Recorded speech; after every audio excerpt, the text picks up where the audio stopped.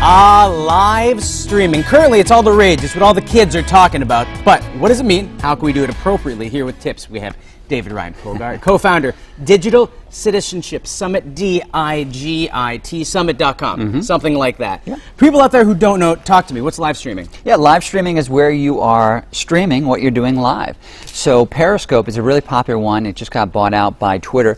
So basically, let's say I am hiking. I might say, okay, let me live stream this. So now all my Twitter followers can see me hiking. Right, so it's really? It's Truman Show brought to life. So Truman Show is a completely underrated movie. Jim Carrey should have won awards for that. It's a great movie. Great movie because it was ahead of its time, showcasing kind of our voyeuristic tendencies and our desires to kind of showcase what we're doing here and now, immediate gratification. I think it's the logical next step from Facebook, because Facebook is, hey, this is what I did yesterday. Right, so you think it's fantastic. But now we've the technology's come so far. You're right. We take a hike. We can be anywhere, and everyone can watch it live. So there's a part in Spaceballs where remember they catch up to the current now, and they say, where are we? We're in the now. That's what's happening, right? So we're live streaming our very life. So we're currently projecting where we are right now. There's not a photo that gets sent out later. There's no distinction between what's happening now and what I'm seeing. So if you want to, whatever let's say you're brewing beer and you want to say, I'm going to showcase everybody who follows me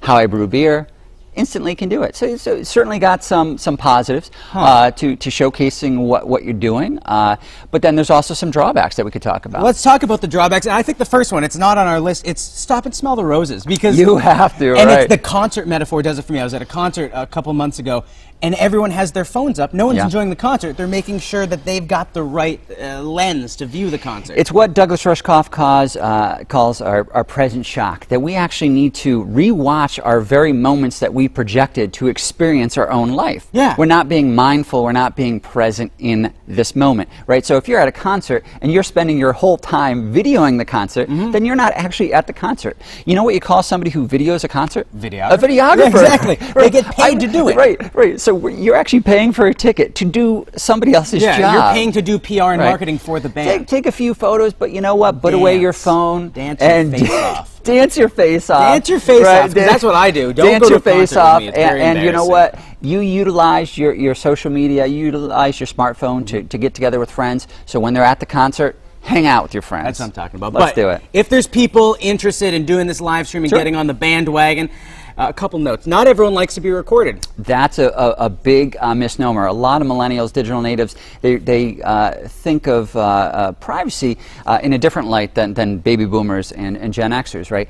The very idea of being in a public sphere doesn't necessarily mean you can record everything. So if I'm at a restaurant, let's say with my wife, I would be disturbed if somebody just pulled out their smartphone and said, I'm going to record this guy eating his fettuccine Alfredo, right?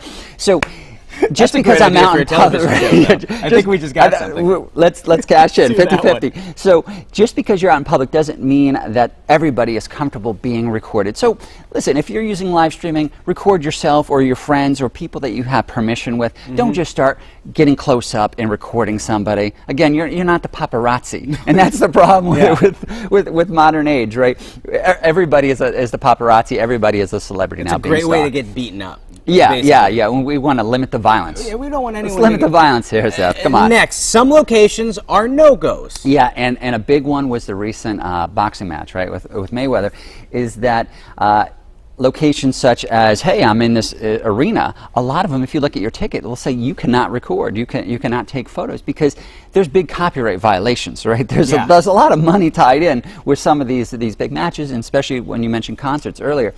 The other location was you cannot broadcast something directly off TV. This is the huge legal debate going on right now, because from that Mayweather fight, there was an estimated $300 million involved, right?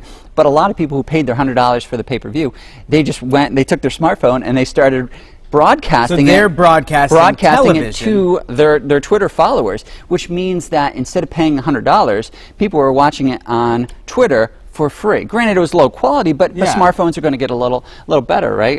Faster internet. Let's hope so. So there's a big debate right now about whether or not Twitter should be more active or proactive in taking those down. They did get a lot of cease and desist and try to take it down, but the problem is, because it's live streaming, as soon as it happens, the damage is already done. It's not like YouTube where you try to put up a clip of you know, a TV show and then the copyright holder takes it down. Yeah, when everything's happening at the speed of light, it's hard, especially litigiously, to keep up with it. If you already saw the fight, then who cares if they get upset afterwards? And that's the problem. So there's going to be a big debate because it's really the modern Napster, right? Napster presented a lot of interesting issues where they said, great, you can get your music for free, but the problem is it also trained millennials and digital natives to say everything should be free. Hey, I don't need to pay for anything anymore. But the problem is content creators, and the very essence of our copyright law is that content creators tend to get motivated by being able to eat dinner. Right, being able to get paid for the work, right? So it's not saying everybody needs to be a millionaire, but it is saying that if there's a musician, if there's a content creator, they want to be paid for their work because the work is valuable, right? And that's why everything in life cannot be free. And I guess it all gets back to we got to think before we record. We're out of time. Pleasure having you here. Think before you record. Yeah, stop, take a minute, say, should I do this? Yeah. Also,